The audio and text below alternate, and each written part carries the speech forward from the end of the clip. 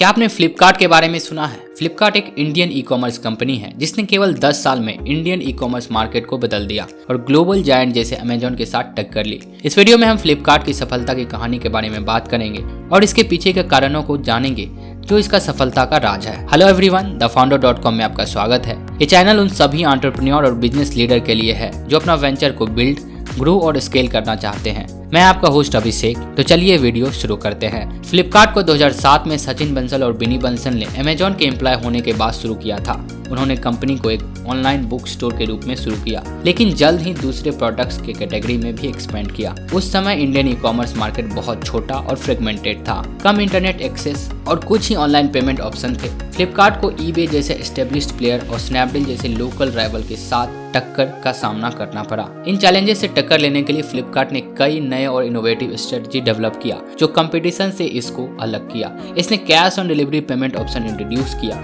जिससे कस्टमर अपने ऑर्डर का पेमेंट डिलीवरी के समय कर सकते थे, जिससे इंडियन कस्टमर को क्रेडिट कार्ड ऑनलाइन यूज करने में एतराज था, उनका कंसर्न दूर हो गया। इसने अपनी लॉजिस्टिक नेटवर्क भी बनाई जिससे डिलीवरी टाइम और कॉस्ट दोनों इंप्रूव हुआ। एडिशनली इसने कस्टमर सर्विस पर जोर दिया, हसल फ्री रिटर्न्स और एक्सचेंज प्रोवाइड करके। फ्लिपकार्ट का सबसे बड़ा डिसरप्शन उसने कैश ऑन डिलीवरी के थ्रू किया जो इंडिया में क्विकली पॉपुलर हो गया। इसने टेक्नोलॉजी का यूज करके कस्टमर एक्सपीरियंस को इम्प्रूव किया, पर्सनलाइज और रिकमेंडेड और मोबाइल ऐप के थ्रू शॉपिंग को कन्वीनियंट बनाया। फ्लिपकार्ट ने फ्लिपकार्ट स्मार्ट बाय ब्रांड के तहत लाइन ऑफ प्रोडक्ट्स भी लॉन्च की, एस्टैब्लिश्ड ब्रांड के लो कॉस्ट अल्टरनेटिव प्रोवाइड करके। फ्लिपकार्ट के सक्सेस के बावजूद इसने कुछ चैलेंजेस और सेटबैक्स भी फेस किए, जैसे रेगुलेटरी हर्डल्स, मैनेजमेंट चेंजेस और इंक्रीज कंपटीशन फ्रॉम अमेजॉन। इसने राइजिंग कॉस्ट के बावजूद प्रॉफिटेबली मेंटेन करने में स्ट्रगल किया, जिसके कारण फ्लिपकार्ट को इन्वेस्टर से कई राउंड्स ऑफ फंडिंग उठानी पड़ी। फ्लिपकार्ट के impact Indian e commerce industry पर बहुत बड़ी है। इसने दूसरे कंपनी को भी मार्केट में इंटर होने का रास्ता दिखाया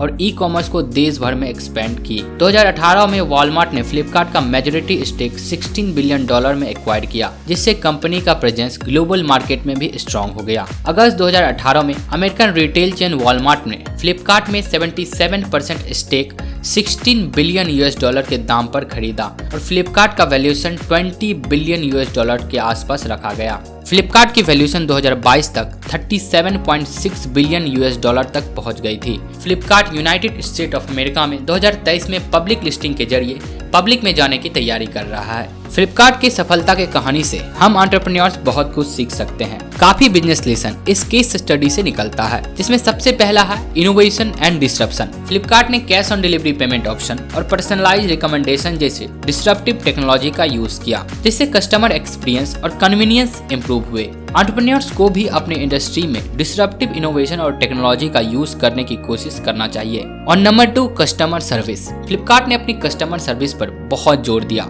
हसल फ्री रिटर्न और एक्सचेंज के साथ ये उनकी कस्टमर लॉयल्टी और रिपीट बिजनेस के लिए बहुत इंपॉर्टेंट है। एंटरप्रेन्योर्स को भी अपने कस्टमर को प्रायोरिटाइज करना चाहिए और उनकी नीड्स को पूरी करने की कोशिश करना चाहिए। Business learning number 3, logistic and supply chain. Flipkart ने अपनी खुद की लॉजिस्टिक नेटवर्क बनाई जिससे डिलीवरी टाइम और कॉस्ट दोनों इंप्रूव हुए। एंटरप्रेन्योर को भी अपनी सप्लाई चेन और लॉजिस्टिक को ऑप्टिमाइज करना चाहिए जिससे उनके कस्टमर को प्रोडक्ट टाइम पर मिले। On the last one, cost management और प्रॉफिटेबिलिटी। फ्लिपकार्ट ने अपने इंक्रीज कॉस्ट और कंपटीशन के बावजूद भी प्रॉफिटेबिलिटी मेंटेन करने की कोशिश की। एंटरप्रेन्योर्स को भी कॉस्ट को ऑप्टिमाइज करना चाहिए और अपने बिजनेस को प्रॉफिटेबल बनाने की कोशिश करना चाहिए। ओवरऑल फ्लिपकार्ट के सक्सेस स्टोरी से हम एंटरप्रेन्योर को काफी वैल्यूएबल लेसन सीखने को मिला है। इस वीडियो को कंक्लूड किया जाए तो फ्लिपकार्ट की सक्सेस का क्रेडिट इसके इनोवेटिव स्ट्रेटजी, डिसरप्टिव टेक्नोलॉजी और कमिटमेंट टू कस्टमर सर्विस को दिया जा सकता है। फ्लिपकार्ट की कहानी एंटरप्रेन्योर्स के लिए वैल्यूएबल केस स्टडी है जो ई कॉमर्स मार्केट में इंटर करने का सोच रहे हैं। इस वीडियो में इतना ही। अगर आप कुछ नया सीखे हैं तो ये वीडियो को लाइक कीजिए, कमेंट कीजिए और हमारे चैनल को सब्सक्राइब कीजिए।